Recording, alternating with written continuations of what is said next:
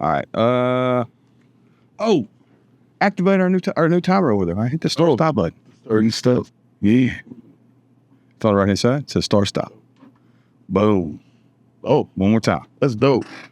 All right. That's pretty sweet. It is more geared. Is that just the timer? It's just a big ass timer, so we can Just the clock. I might have keep this on an actual recorded time. just died. Why is it dying? No, it's going. Oh, okay. Why did the timer? Why does the light go out? Yeah, I don't know. Maybe this is setting we fuck with later. Yeah, I think we're good. All right. What were we talking about? I was in the timer. All right. Anyway, this is episode 7 or 5, depending on how you count it. It should be 7. Oh yeah, but we had to die on us. we have no microphones that we're working Yeah, we for had episode 5 and 6. So we're back to recording 5. I don't remember what episode 5 was about. Was that about BJ? Is that what? No, I think that was episode 6, wasn't it? Or was it about? You know what, Pale Horse? No, the Pale Horse was right after BJ. Yeah, I think so. I think it's BJ. Actually, hold up. Let's pause this for just a second. All right, can I pause this to the pause button? Boom. Well, let's go and close the door all the way. Oh, that's not full. No, you can't hear my kids on the other side of the door hollering? Yeah. Oh, well, that was immediately better. Yeah. That little bit matters. Are we still recording? Yep, we're recording. All right, cool. I'm gonna edit this out. No, I'm not. I'm actually. No, that's Not really. Not. It's gonna stay. It's staying. So anyway, episode 5. I'm Charlie. I'm Charles. He's the pretty one. This episode is all about BJ. All right, so Are you sure? Wait, I thought we did the BJ episode. we did, but it had no audio on it, so we're doing it again. Oh, that sucks. That was a good episode. I know it was a good That was episode. a great episode. Better than what we're doing right now. Tough. Well, All right, so all about BJ. BJ is what I like to call the main character. First off, let's give a shout out to our sponsor, Surlex. definitely officially Surlex, sponsored. officially. Definitely sponsored. Totally not. I wish it was. That's fine. Totally not. One day, soon. Man. But speaking of sponsors, We do actually have a. merch.blueheartislove.com is actually It's actually up and active. and the very first shirt you can get. It's Jesus, Texas, and tacos Yeah. because that's all you really need. Also, because this shirt's getting kind of wore out and I needed another one. So, Oh my goodness! ulterior motives. How many shirts we got? 3 shirts altogether. I think At the there's- time of recording this, we got 3 shirts. We got the Only Bonks, Yeah, only bonks. Jesus, Texas, tacos, and come and take it. Come and take. Come and take it with an X. So we'll have our samples here shortly, and we'll be rocking those, and probably not the next episode, but maybe the one after that. We'll see. We'll see. As soon as they arrive. So, anyway, all about BJ. Mhm. All right. Now, BJ is what I like to call the main character. Yeah. You guys ever watched any anime?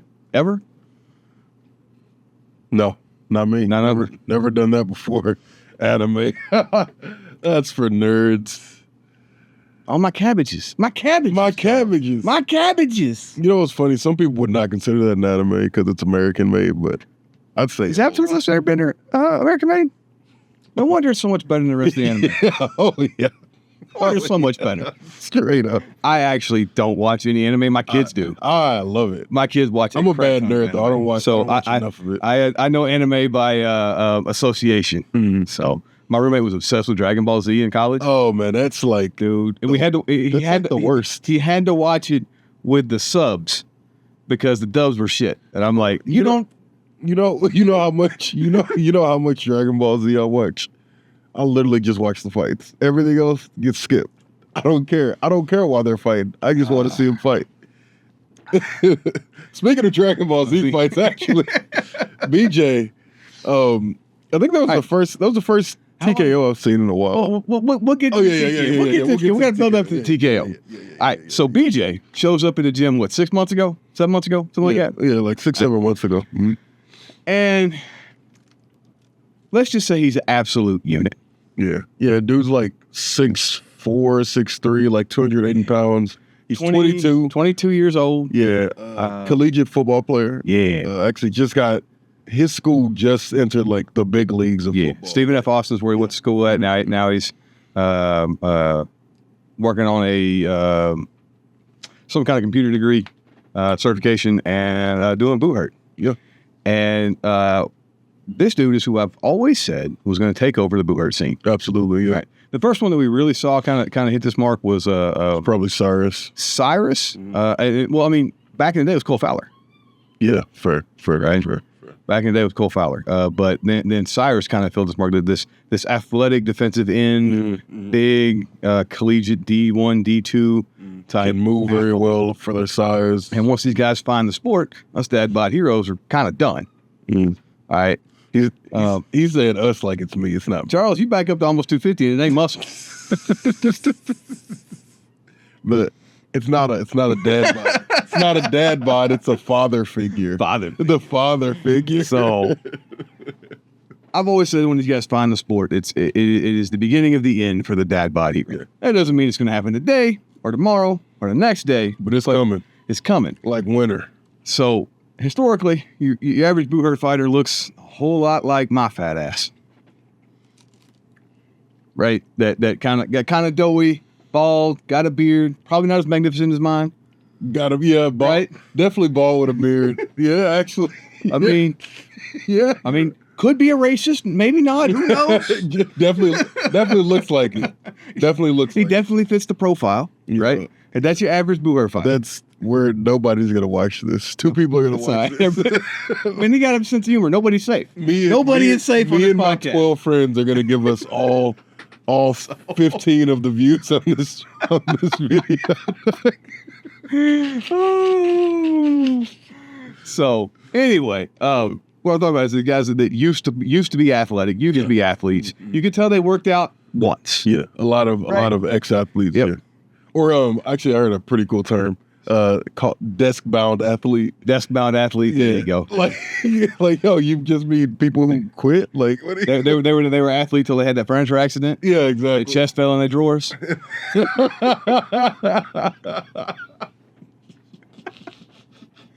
So, yeah, a lot of guys are like that, and it's been kind of like I don't know if it's been unsaid or said, but everyone's been kind of waiting for like what the next evolution of the armored fighter was. Yeah, because you had you guys that were athletic and but they were always smaller, right? They were your flankers, they were your light twos, you guys that were mobile, and that was where you got your athleticism from. You didn't have these big mobile athletes because they tend not to really survive into the age that you need to be to actually do boot hurt. Yeah, true, actually. Right? Because let's be honest, boot hurt ain't for the poors. Yeah. It's just not. I mean, you ain't got to be wealthy, but you can't be poor. Yeah, you got to be able to get your armor. You got to be able to travel. Armor's about $2,000. The goal of this sport is to travel to Europe at least once a year. Yeah. Right? So, I mean, that you got to have disposable income and time. Right? You ain't got to be mega rich, but you got to have some money. And typically, that's not your college kid. Yeah, true. Right? It's just not. So you don't get these guys that are still athletic and stuff that been able to do this sport until much, much later in life. Well, by that time, they ain't athletes no more. Yeah. And so usually they spend the first year or so of boot hurt just getting back into shape. Like Sainer, Christopher Sainer, is that his name? From Pale Horse? Older dude, bald, gray beard. Oh my God, I described like everybody in this sport. Say, okay, we just went over this. this. You mean Jay? So, but he dropped from like 300 plus pounds down to like 225, and he's ripped. Yeah, okay. Right, but he spent his first year and a half in the sport getting back into fighting shape. And honestly, even our team was the same way. Yeah. When we started, we dropped a collective 300 pounds. Yeah, jeez, yeah. Because I dropped, 50, 60? He dropped 50, 60. Brett dropped over 100. Yeah, Brett dropped the whole. And then Austin dropped 100 pounds. Yeah. Brennan dropped probably 50 pounds. Yeah, everybody, even me, I wasn't in terrible shape when I started, but yeah. So we spent our first year in the sport just getting acclimatized to being able to do the sport. BJ is one of those guys that had none of that because he just came from collegiate football. Exactly. Right. Cyrus was younger when he started, right, but had still been out of college for a while. But he acclimated rather quick. It took about a year and a half, and then he's frontline fighter on the Warlords. Yeah, right. But then BJ comes in, and now we typically train our new fighters in the one position on the rail, and the rail. BJ then started rail. Yeah, no, he started at the 2. BJ Brennan is like, you are my 2. You live here now. This is what you do. So Yeah, he was gonna initially be a duelist. yeah, To be honest, everybody comes in thinking everybody duelist, right? But so he immediately starts training as a 2 because he's phenomenally athletic. Okay, then we go to quals for IMCF. All right, and he doesn't make either of our qualifier teams. Right. So he gets picked up for Rebel Scum, which is a pickup team mostly out of Colorado and New England. Yeah. All right. Not bad fighters, but these guys are 10 solid that have been out of the sport for a little bit. Yeah. 6 months, a year. They're rusty is what I'm trying to say. Yeah. All right. BJ steps up on this team and does very well. and absolutely carries. Not that these other guys are bad. I mean, they place like what, 5th in the tournament? Yeah, I think 5th overall. Yeah, 5th overall. So this team is not but I mean, BJ has an outstanding showing. One of the rounds, especially for someone who had been fighting for as long as he was, which at that point was what, 3 months or training for 3 months or some shit. maybe not even Yeah, like maybe a month. really early. Yeah. Really, really early. So, and not only that, he like at one point in time, like I was sitting there watching BJ doing the stupid noob and dingus thing. Oh yeah. He's sitting there just out in the middle of the field, back to their flanker, just like, what do I do? Look at around. And then I see the flanker coming like a freight train. I'm like, well, BJ's done. He's about to die. This dude drills BJ. BJ dances over a dead body. Yeah, just kind of like herpaderpas over a dead body. Yeah. And then like appears in front of another one of his opponents, grabs this dude by the head who's just minding his own business, and is like, what if you just existed on the ground and just put him on the leaving him on the ground by his helmet? Then the flanker's like, you were supposed to fall. Yeah. And so he comes running at him again, and he grabs the flanker and just throws him. Same thing. Yeah. No, and it puts another guy down. Do it as a unit. Comes over to the side of the list after that, and he's like, man, Charlie, I'm kind of tired. Well, no shit, BJ. You just killed 3 guys. He's like, he's like, well, those are kind of fun, but I still think I want to be a singles fighter. I'm like, shut up. Yeah, like nobody was going to let that happen. You're a melee fighter now. Nobody was going to let that happen. So he ends up not qualifying for the IMCF team as part of the melee because he's on the 5th team. And the way we take fighters is by the top 4 teams. And so first place gets first pick of what their captain. Well, you traditionally it's the 5s, but it could be 10s, could be 16s. Whatever that team's captain chooses the captain, he gets first pick. Second team gets second pick. Third and 4th team will typically co-captain the 16th team. The 4th team is going to go to the 16th team regardless. Yeah. Okay. But the first 3 could go to any team technically. All right. Typically, it's first gets 5, second gets 10s, third gets 16s, and 4th will fill out the 16s. Okay. So BJ's team qualified 5th, so he didn't really pick up a spot in IMCF melee teams. However, he decides to go to Ohio. Yeah. And in Ohio, not only does he fight on our melee team, and has an outstanding show. Talking about at the Arnold? At the Arnold. Yeah, he did real good at the Arnold. So, yeah. The Arnold, if you guys know what the Arnold is a, how would you describe that? It's like a fitness fest? It's a fitness convention with a lot of bodybuilding competition. And strongman, arm wrestling. There's a lot of fighting, judo, BJJ. It's like an active person convention. Yeah. So, and we have a large tournament there. It's not really for anything. It's basically for bragging rights. And so BJ goes there on our melee team, has an outstanding tournament. Not only does he have an outstanding tournament, he wins the super heavyweight category for in front of Arnold himself. Yeah, and gets to Arnold Schwarzenegger, who we're talking about. Kid, you're not you live under a rock. The only Arnold. The only Arnold. The only Arnold that exists. And wins the right to represent Team USA in pro fight super heavies. So he's going to go contend in the World Championship with like 4 months worth of fighting under his belt. Exactly. Tell me this is not main character protagonist bullshit. Absolutely. Everybody else is side characters. Yeah. Like we're all just watching. So he then because folks can't make we had some drops. Yeah, he ends up getting picked up for the 10s melee team. Right. has an excellent showing on the tens melee team. Does really well. At Worlds. We win gold because Team USA rocks, and we swept every melee category. Didn't lose in melees. Nah. Weird. Then what's he doing? What's he doing in the pro fight? Oh man, pro fights. He fought against Team Mexico super heavyweight and Team Canada super heavyweight. And Team Mexico super heavyweight, he actually made him quit on the. I think it's called quitting on the stool. Whenever they're doing it in boxing, dude didn't want to fight anymore after I think the second round. He was. It sounds like me. I don't want to fight after He was done. Yeah, he was done. He said, "I'm done." Whatever. So TKO there. In the second round, second guy he fought against in Canada was from Canada was a dog. Yeah. That dude was like probably 300 pounds, maybe 280. Yeah. Like he was up there, but that dude was doing 5-minute rounds in armor before that. Yeah. So dude was a dog. Yeah. So anyway, took that to the third round and won that one gold in the one gold in spectacular fashion. Yeah, absolutely.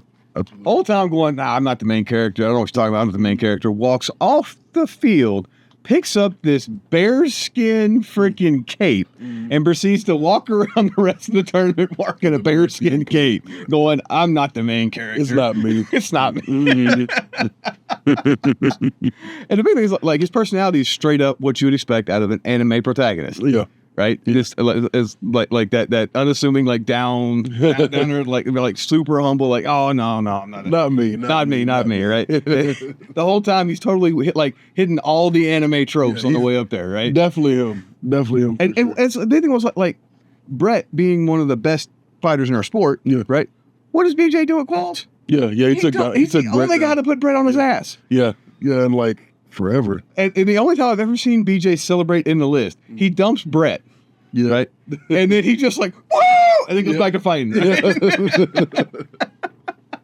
So, anyway, this guy, it's just like, so, and the reason we're saying like, why is it all about BJ? Right? Because this is the future of the sport. Yeah. Right? Him and people like him. You know, our sport right now is old. Yeah. The average fighter in our sport's in his late 30s. Yeah, probably. Like, average age probably like 38. Yeah, and the top fighters in the sport are all 40 and over. Yeah, broadly speaking. Roundabout, yeah. Broadly speaking, yeah.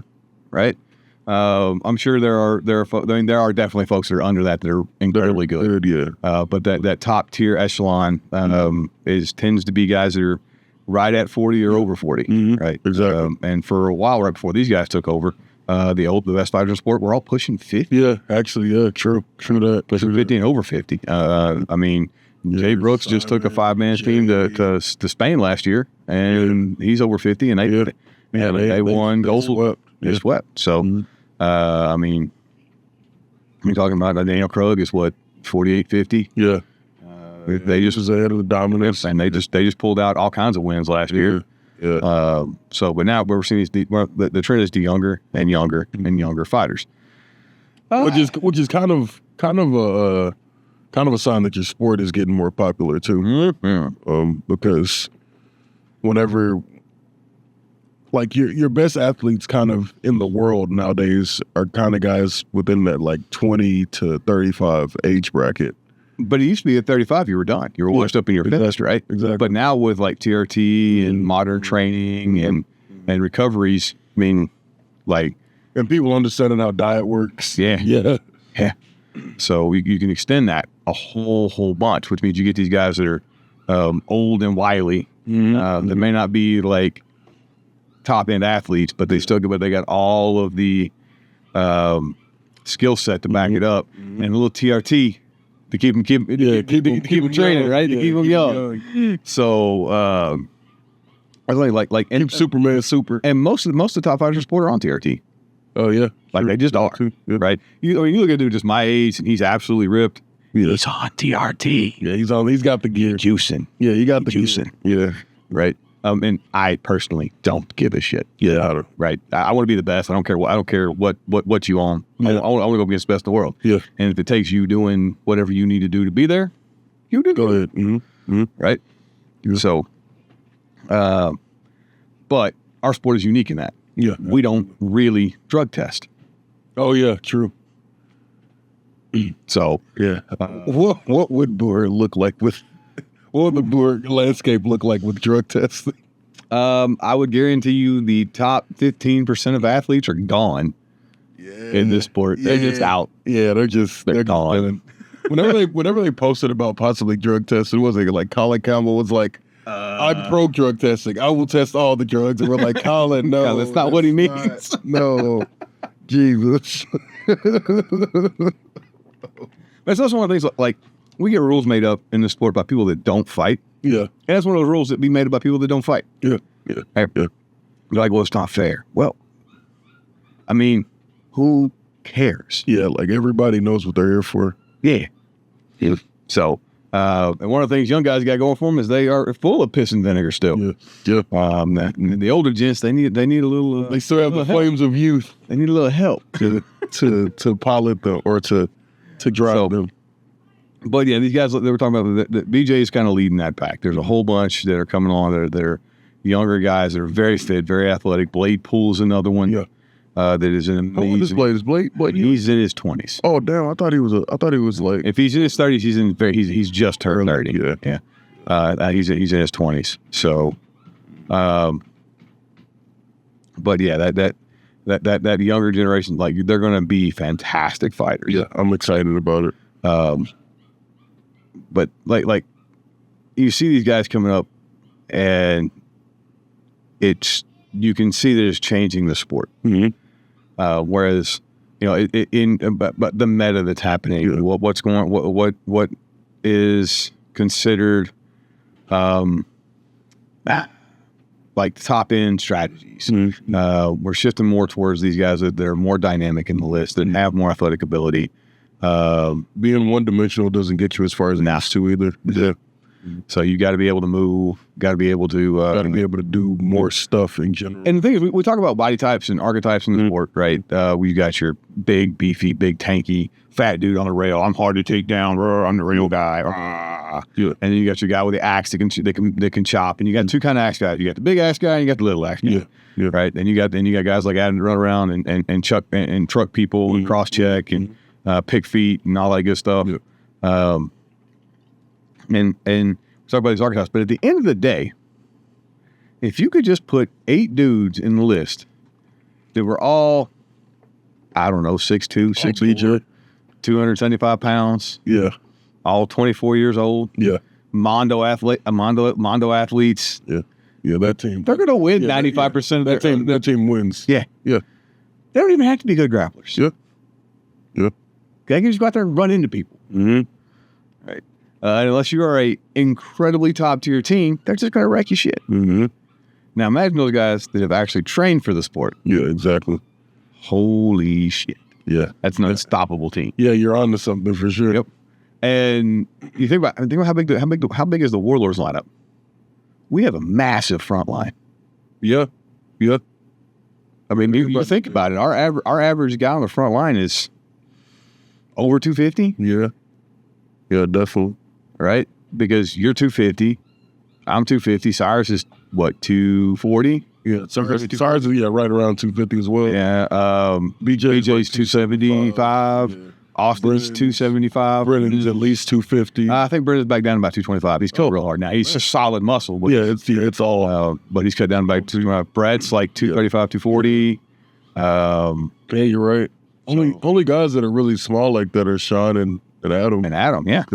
And Adam's really heavy for his. Let's talk about this. Yeah. So you got these guys that punch above their weight class. Yeah. Sean is one of them. If you've ever grappled Sean, oh my God, he grapples like he's a 250-pound guy. Yeah. McCabe, Adam. Yep.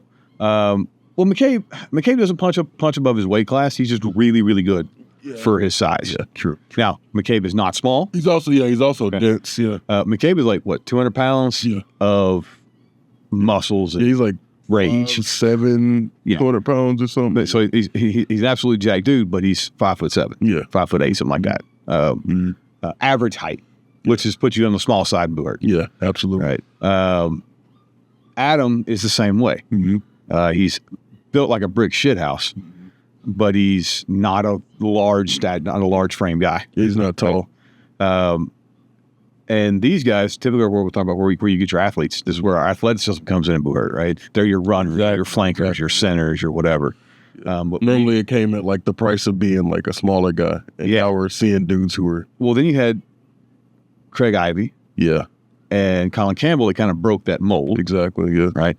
Brett, the kind of is one of the most mobile big dudes he's just one of the most mobile guys I've ever met, period, regardless of size. Even when he was like pushing 400 pounds, he was still super mobile. Yeah, that dude was like 320 and was still doing everything he does now, which is nuts. I said, go back and watch. Have you gone back and watched our old footage from when we were bad? No. Yeah. Oh, dude. What? You can still tell who's Brett because he's still like just better than everybody else he next up against. That's funny. So, but now you got these bigger guys that say, and Craig Ivey kind of started it. Mm-hmm. That 225 and up, 6 foot, 225. Mm-hmm. That real boy size. Real boy size. You're a real boy now, right? Yeah. And he played power center for us for a while, right? Mm-hmm. And that power center position puts a big dude in the center slot that you can't ignore. Yeah. You feel safe ignoring a guy like Adam. You're dumb if you do, but you feel safe. Mm-hmm. Right? Hell, he's not big enough to take me down, right? Then you're like looking up at the sky. Then you look at the sky going, what? Or your kidney gets exploded. Yeah. And you're on the stretcher going to the hospital. What happened? They're like that little guy that couldn't really hurt you badly. So, but when you package all that into somebody like BJ, you get the future of the sport. You get the future of sport because we don't have positions in the traditional sense. We don't need a wide receiver. Yeah. Right. What we need is eight defensive ends or linebackers. Yeah. Right. And that's really what you need. Yeah. That 6'2" to 6'4", 250, real athletic, kind of juicy. Yeah. Right. And can move. Mm-hmm. Right. That is the perfect size frame for this sport. 6'4", I know I was on the outside. That's a monster of a man, right? If you're 6'4", you are like in what, the 99th percentile. Look at Charles over here. I say this as somebody who is 5'11" and God hates me. I feel like 5'11" is worse than like 5'8" or 5'. Oh no! The worst is being 5'11" and 7/8. That's what I am. I'm like so close to being a real boy, but I'm not there. You're just short enough to where if you say 6 foot, you yourself know you're lying. Yeah. So I refuse to say I'm 6 foot tall. Yeah, so 5'11", I feel like 5'11" is tougher than like even being short because like you're not quite 6 foot and you know if you say 6 foot. And the thing is, our freaking team is so huge. Every time we take any pictures, it's like, I promise I am a full-size grown adult. I swear to God. Especially him in like pictures in armor next to everybody else in armor. He just looks like a dwarf, and he's so funny, dude. It's so. Well, there's a picture from War in the North where. And of course, I'm the furthest one from the camera, but I'm center frame because the way it's framed, right? It's looking down the line, all 10 of us, right? And so it looks like I'm a midget compared to standing next to your giant. Yeah, and I'm like right by the camera and like standing up in front of it. So man, but anyway, you get this 6 foot 6'2", this what we consider like that ideal athletic football player, right? Mm-hmm. And those guys, and for me, I think if you're coming to sport, the best sport to come from is football. Yeah. I just, maybe it's confirmation bias, whatever. But for me, that just football, maybe rugby. Rugby's another one, but rugby's just football. Yeah, it's just football. It's just football for people who don't like pads. Yeah. So it's just football for people who don't care, who have more testosterone than brains. Yeah, fair. That's football, like Jim. That's this whole sport. So, but yeah, so when we get there, when you take a guy like BJ, who's got all of this athletic talent, all of this prowess, he's become a really competent grappler, right? In a very short amount of time. Plus, he's super athletic and he's super teachable, like super teachable. That's a huge part. I mean, I've met guys. I've gone to training with several guys that were like were just absolute units of dudes. They were big fish in a small pond, and they didn't want to learn. Exactly. Right. Exactly. BJ has none of those issues. He is there to learn. He's there to get better every time he practices, and man, he just excels every single. It's because he's been like, he was at the bottom of the BCS, like that where you were like he was around a bunch of sharks, so he knows what the top end of something looks like. Yeah. And then you take all that, and then he gets a two-handed axe, and he moves to power 3. He moves to power center. I mean, I'm down. I'm so down. And he becomes like the most dominant fighter in the sport. He just becomes him. He is him In all caps. It's the new Brett Skinner. I mean, just imagine like how good he's going to be if he keeps training and keeps doing what he's doing in 3 years. With 3 years experience, now having the ability to actually command the field from that power center spot.